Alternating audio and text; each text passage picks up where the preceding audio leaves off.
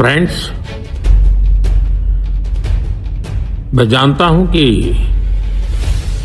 Paper leak ये कोई मामूली विषय नहीं है। लाखों विद्यार्थी और उनके अभिभावकों के लिए बहुत ही पीड़ादायक है और इसलिए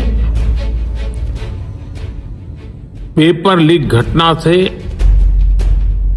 अब तक पिछले 2.5 महीनों में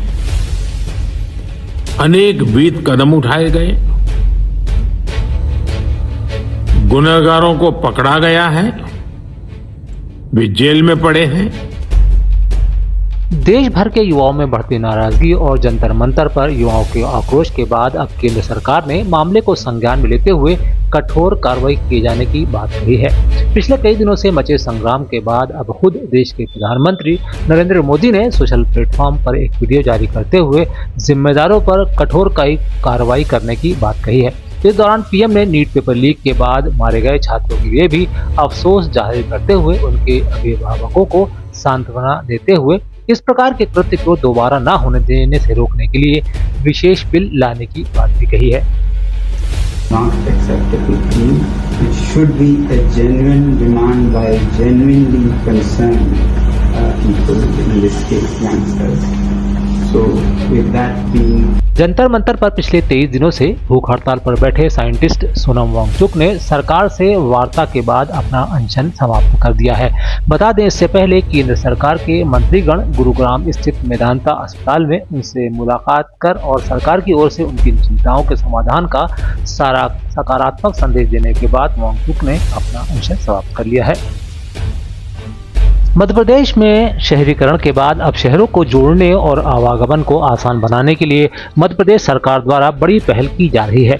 इसी क्रम में इंदौर में अब 173 करोड़ की लागत से निर्मित प्रदेश के पहले डबल लेयर फ्लाईओवर की एक भुजा का लोकार्पण सीएम डॉक्टर मोहन यादव किया गया।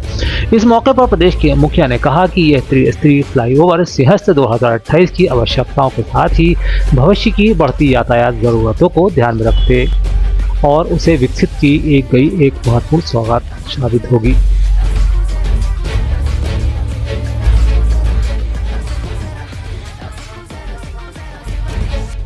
मुख्यमंत्री डॉक्टर मोहन यादव ने अलीराजपुर जिले के चंद्रशेखर आजाद नगर में आयोजित बलराम कृषि महोत्सव का शुभारंभ दीप प्रज्वलित कर किया। अमर शहीद चंद्रशेखर आजादी की 120वीं जयंती पर आज अलीराजपुर के भाबरे में आयोजित बलराम कृषि महोत्सव में 357 करोड़ से अधिक की लागत के विभिन्न विकास कार्यों का भूमि पूजन एवं लोकार्पण भी किया गया। साथ ही विभिन्न हितग्राहियों को हितलाभ भी दिए गए। इस अवसर पर कैबिनेट मंत्री नागा सिंह चौहान सहित अन्य गणमान्य नागरिक और जनप्रतिनिधि उपस्थित रहे। मध्य प्रदेश शासन ने भारतीय प्रशासनिक सेवा 1991 बैच के वरिष्ठ अधिकारी अशोक वर्णवाल को प्रदेश का नया मुख्य सचिव नियुक्त किया है। इस संबंध में सामान्य प्रशासन विभाग द्वारा आदेश भी जारी किए गए हैं। देश में बेटी बचाओ बेटी बढ़ाओ के महत्वपूर्ण स्लोगन के बीच अब भी बेटियों पर अत्याचार और उनके प्रति ना बदलने वाली सोच ने देश की चिंता बढ़ा दी है। ऐसे ही एक सर्वे में चौंकाने वाली रिपोर्ट पेश की गई है। इस रिपोर्ट के अनुसार मध्य प्रदेश में पिछले 5 साल में बहुत बड़ी संख्या में बालिकाएं लापता होने की बात कही गई है। उधर रिपोर्ट सार्वजनिक होने के बाद इस पर राजनीति भी शुरू हो गई है। बता दें, प्रदेश के पूर्व मुख्यमंत्री कमलनाथ ने सोशल एक्स प्लेटफॉर्म पर इसे लेकर सरकार पर निशाना साधा। उन्होंने लिखा, प्रदेश में अब भी 3000 से अधिक बच्चियां गुमशुदा है। मेरी सरकार से मांग है कि गुमशुदा बच्चियों को खोजने और उनके परिवारों से मिलाने के लिए विशेष टास्क फोर्स का गठन किया जाए और सरकार के शीर्ष स्तर से निगरानी की जाए।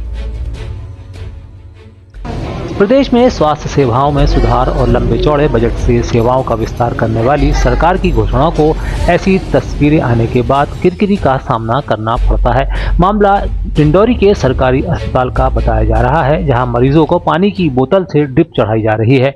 इस पर विपक्ष ने सरकार को निशाने पर लेते हुए आलोचना कर चुटकी भीड़ी है। प्रदेश के कांग्रेसी नेता अरुण यादव ने सोशल एक्स अकाउंट पर लिखा, यही है भाजपा के डबल इंजन स्वास्थ्य का मॉडल।